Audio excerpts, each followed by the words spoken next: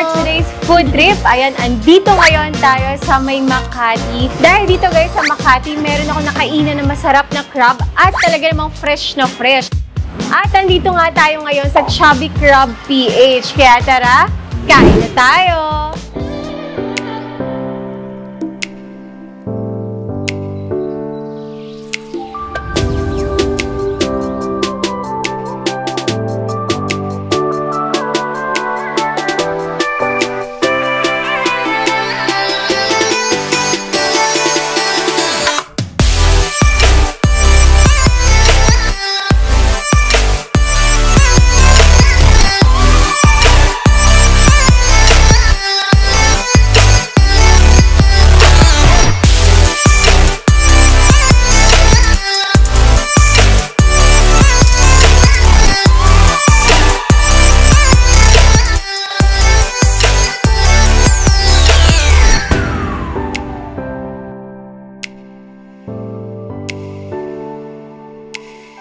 At ayan na nga guys, dumating na yung mga in-order natin dito sa Chubby Crab. Ayan, so meron tayo ditong dalawang flavors ng crab nila. Meron tayong salted egg flavor and Cajun flavor na seafood. Ayan, so meron siyang alimango, hipon, meron din siyang kasamang corn, and meron din siyang sausage. At hindi lang to ang in-order namin dahil meron din tayong chicharon bulaklak, chicken skin, oyster sisig, and yung pinaka-favorite ko sa kanila na garlic pasta. Kaya tara, simulan na natin kumain. Dahil na-miss ko tong garlic pasta nila. Ito natin simulan. Mas masarap daw to guys kapag hahaluan nyo pa ng Cajun sauce nila. Pero kainin muna natin ang wala.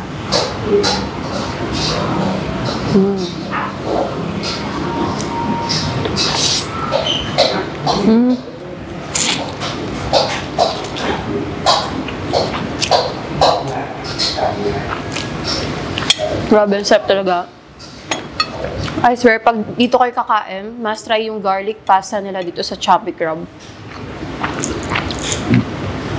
Chicken skin.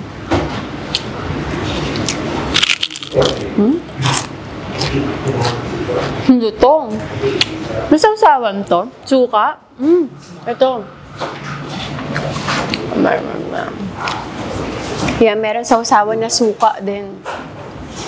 Pag chicken skin, masarap talagang isawsaw sa suka. Yan eh. Obe. Putok-batok overload talaga tayo ngayon. May chicken skin ka na, may crab ka pa.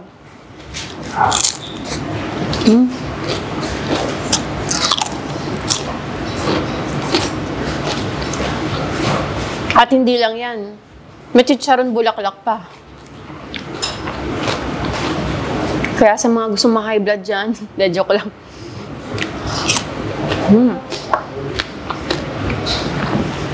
Grabe. Kanina pa ako natatakam dito sa ano nila, sa seafood. Unahin ko sa Cajun sauce. Ito guys, kanina, as in, kung makikita nyo sa video, pinakita ko naman, tumatalon-talon pa yung hipon, pumapalag-palag pa. So talagang fresh talaga kasi buhay pa sila bago lutuin.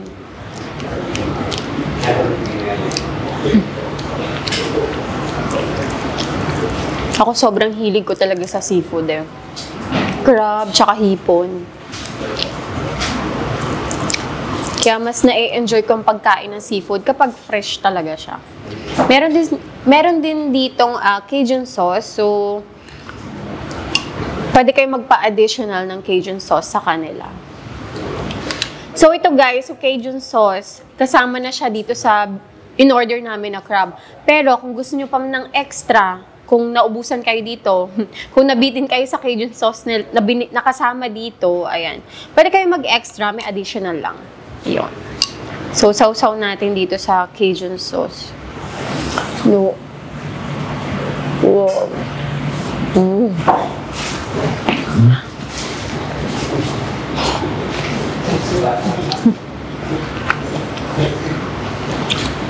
For me, yung Cajun sauce nila, hindi siya ganun kaanghang, tolerable. Sa mga hindi kaya ng super anghang na, na ganito, tolerable naman siya. And nagbabalance din yung salty and sweetness ng Cajun sauce nila. Yung spicy, talagang balance talaga. Walang nangingibabaw. Kaya masarap ikanin kasi ang sarap ng sauce. May rice din tayo. Crab.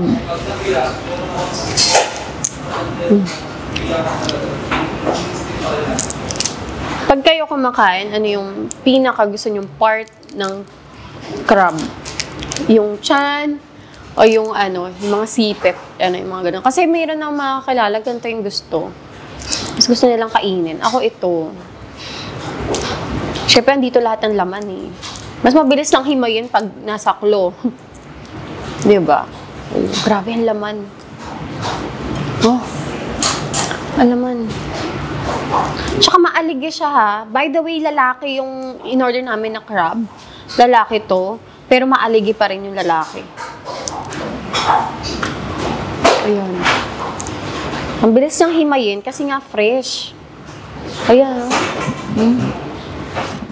Doon mo talaga malalaman pag fresh yung seafood kapag mabilis siyang himayin. Pag hindi nagdidikit-dikit sa shell, yo.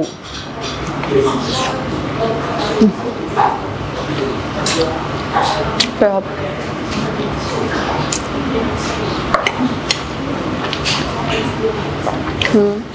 Aligi. Grabe yung aligi. Oh. Oh. Buong-buong aligi.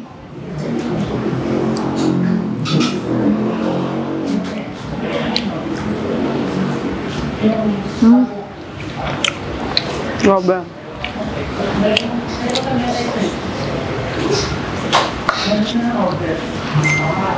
Next naman guys, try din natin yung kanilang salted egg flavor. Ito first time ko lang matatry itong salted egg nila. Bago ata ito sa kanila eh. Kasi yung na-try ko before, Cajun lang yung na-try ko. And nasarap pa talaga ako. And ngayon bumalik ako, may salted egg flavor na sila.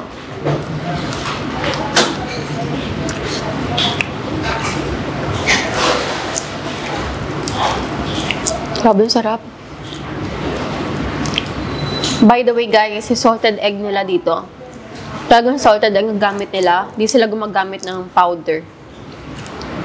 Kaya very rich yung flavor nitong salted egg na to. Siyempre, bigyan pa natin ng salted egg.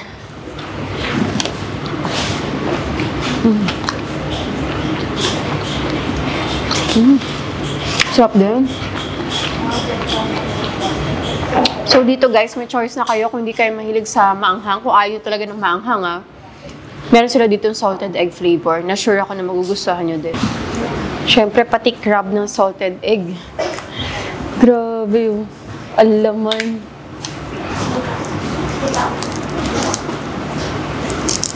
Wow. Oh.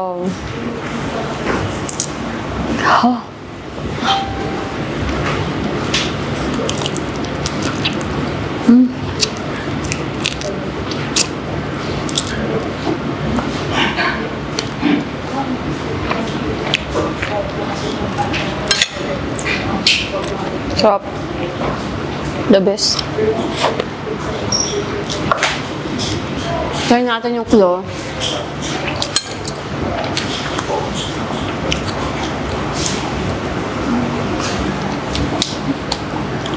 Actually, kaya ayoko rin masyado ng claw. Kasi kailangan mo pang ganitohin. Kailangan pang gamitan ng pampukpuk.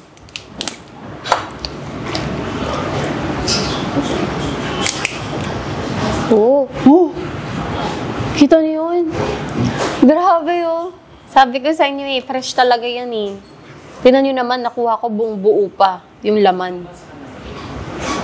Talagang lumabas na lang siya sa shell niya.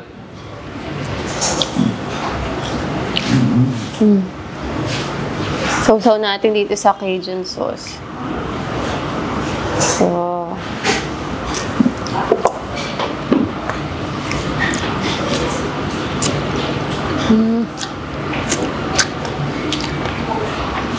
Grabe. Papapadami na naman ako ng kain dito. Seafood eh. Sausage.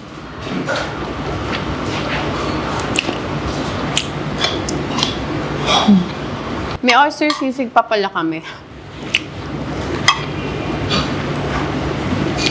Yan, sa mga may hilig sa oyster, meron din dito.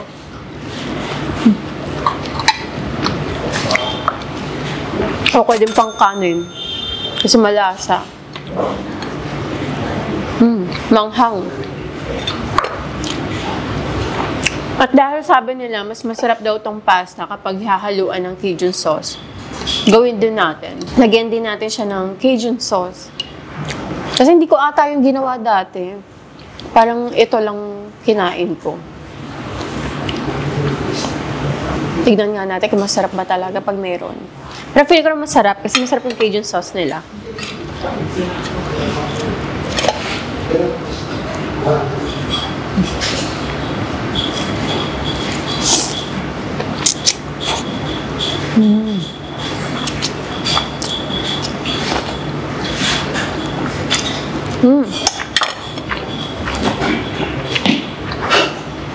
Kung gusto niyo maging maanghang yung pasta, go.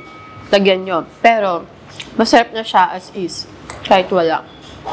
Pag gusto niyo lang may konting kick ng anghang, mas try nga lagyan ng Cajun sauce pa. Hirap tumigil.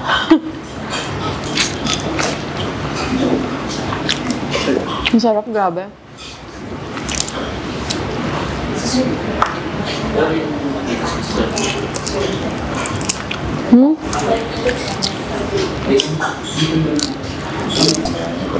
Sarap.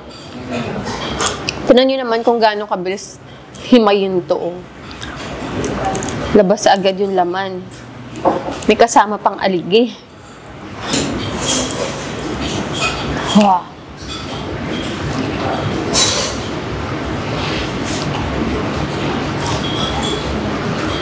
Sumayo ka ng rice.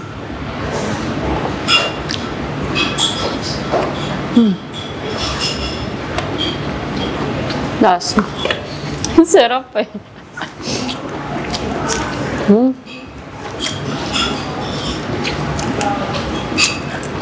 Grabe, sarap. Naubos mo na. Maubos. Hindi naman, OA ka.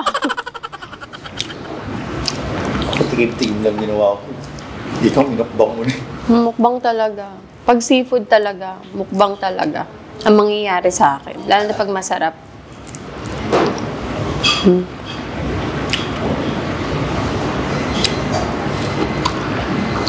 Ah, grabe.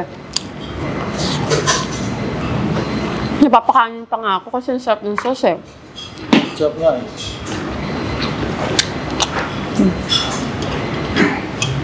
Gulaman.